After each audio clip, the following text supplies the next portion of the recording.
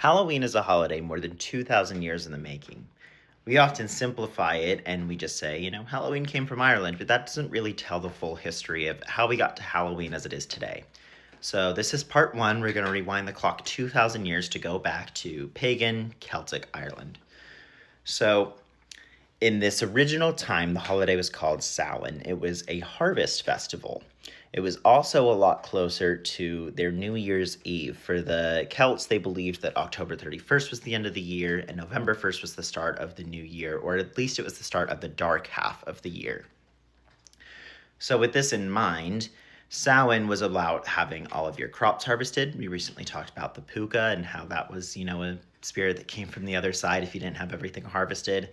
But more or less, it was about having everything, cleaned up and ready to go, as well as it was the day that this veil was thinnest between the living world and the spirit world, which is why you could get, your demons, goblins, ghosts all on Samhain. So the celebratory practices of Samhain were, how to keep yourself safe from these spirits. There was this big, massive bonfire that they would put in the center of town, and everyone would go around and they would dance around the fire, and they would do it in costume. And these costumes were a lot more animal based. Again, this is thinking of pagan times. This is a pagan holiday, and people weren't dressing up as firefighters and policemen. But they would dance around this bonfire in their costumes, and at the end of the night, they would take a little piece of it back home with them, and they would use that to light their home hearth fire, because that belief was this sacred bonfire in their homes could protect them from the other side through all of this dark season to come.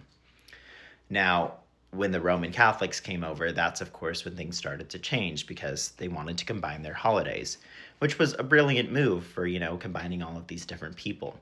So the first thing they did was they took their All Saints' Day and they moved it to November 1st, sort of this Celtic New Year. They thought that it was a great idea to start the new year with celebrating all of the Roman Catholic saints. Soon after that, they developed All Souls' Day, which was November 2nd, and that was a day to celebrate the dead, similar to our modern Dia de Muertos. But having these two there kind of created a 3-day long event.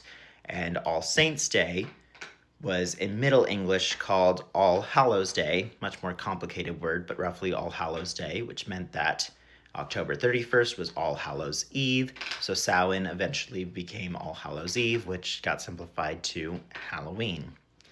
Now, that's how we got to the title of the day, but that's not necessarily how we get to Halloween as we know it today. So that's the end of part one. We'll talk about that in part two.